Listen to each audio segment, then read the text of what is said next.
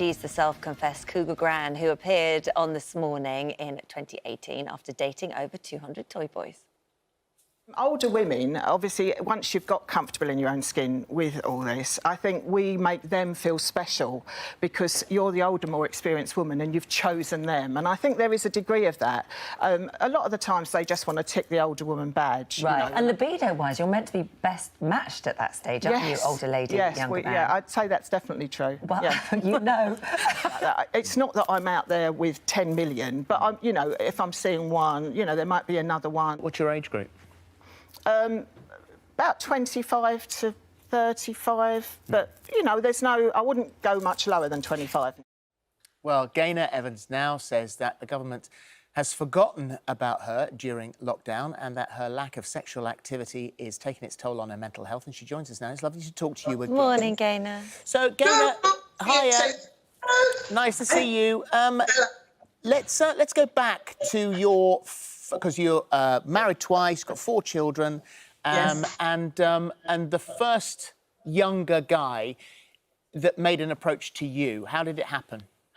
Oh, my goodness. I think that was at Ascot, actually, which, of course, sadly, we're not going to be doing this year. But I was at Royal Ascot under an umbrella with the rain, and this younger guy stuck his head in under my umbrella and then pursued me after the event. We exchanged numbers. So I think he was my first real experience. And so, men of that age. So why men of that age? Why not an older gentleman, say? I did try dating older men at the beginning of my divorce, but I sort of had a feeling that I didn't want to go into a serious relationship at that time. I just wanted to enjoy myself, and I think you know, younger men actually fulfil that a bit more because they're more fun. They don't. You don't pursue them. They pursue you. They find you. Absolutely. Yes. How often? All the time. Well, not so much at the moment, though. And that's the problem, isn't it? I mean, this lockdown has led to an increase in your sexual frustration. How are you doing in lockdown?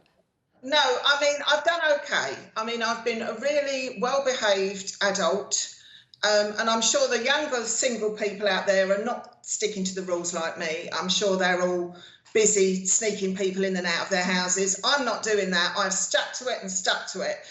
And just at the point where I thought there was going to be a bit of a light at the end of my tunnel, I think we got this ridiculous rule that said, you know, that you can't... What are you laughing at, Phil? Nothing, darling. All right, carry on. Carry on. Sorry, say something.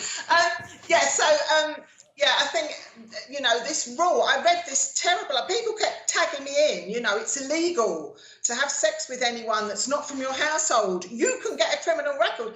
I mean, this is ridiculous. How are they going to police that?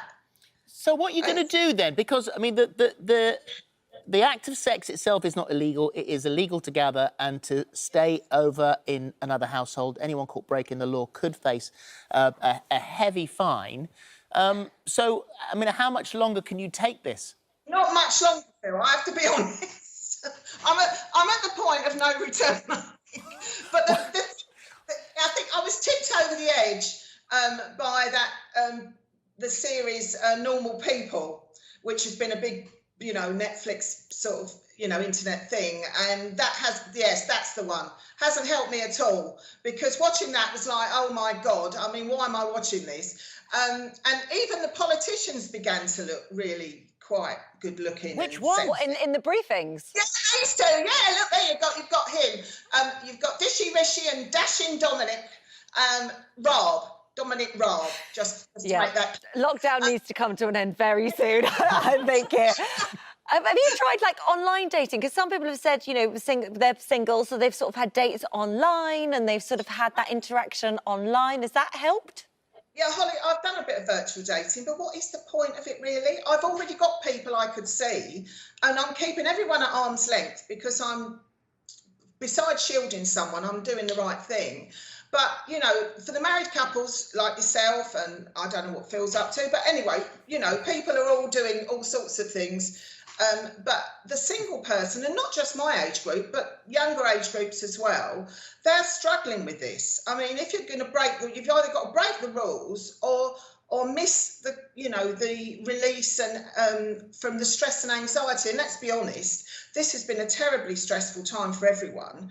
And sex is one way of releasing that stress, but also the physical companionship of another human being in a closed setting is really something that I'm feeling deprived of. And I can't be alone, I'm sure. And I'm not just talking older women or older men, it's just the general single population. And this rule is really trying to make it a criminal act is ridiculous. But it's there for a reason. And specifically, you have your daughters recovering from cancer, fighting cancer. Yeah. And if you go out and you find someone to love, for a bit, and then you are then putting yourself at risk because you've no idea. They may tell you they've been social isolating, but you don't know whether they have. So then that puts you at risk, and principally, it also puts your daughter at risk as well because she is shielding. Yes, correct. And what I want to make clear is, to this point, I have done nothing. I have been an absolute exemplary person, but I think the trouble is it's getting to the point where, because of all that situation, my stress levels are really high. So just when you can do with the comfort of another person, and this wouldn't be a stranger, this would be someone I know well, probably for years, that's been shielding, I've been shielding. So that's the question I have. If he's been shielding, I've been shielding, why can't we meet? Because we're both been shielding. So we're no different to the married couple who may have far more interactions with public people because there's two of them going out shopping, maybe all sorts of things. So I'm feeling now that, we're getting to the point where this has sort of got to change. And whilst I was rolling with it and, sticking with it and being really good with it, when they started talking about it being illegal and it's, against the law and you could get, people are going to, a repeated offender could get a criminal record. I thought, this is ridiculous now. So, currently I'm still holding out. It is getting to be, and it's not just about the sex, it's about the physical comfort. Companionship. Yeah. And I would always check in, with my daughter, and I'd discuss what would be good, what wouldn't be, is this all right with you? What shall I do? I'm meticulous about all the hand washing. I mean, I'm bleaching everything. But it is a very difficult situation. I've got a feeling, Gaynor, and I hope you don't mind me saying this, but when you are finally released from lockdown in whatever way you are released, the first guy you find is going to have to be really fit. Well, I did say that actually on my blog. I did actually put that exact line on my blog because it is a sort of a phenomenon, and it's getting to me because I can't be the woman. I can only be all the other roles I play in my life, which is the mother, the grandmother, the friend. I'm doing all those, but there's the sort of human being, female, sexual being, is just locked away in a cupboard, and she keeps banging on the door. So far, the door has not been opened. Well, Gaynor, it's lovely to talk to you again. It's lovely to talk to you. Thank It really is. You take care of yourself. Take care. Bye. Bye-bye.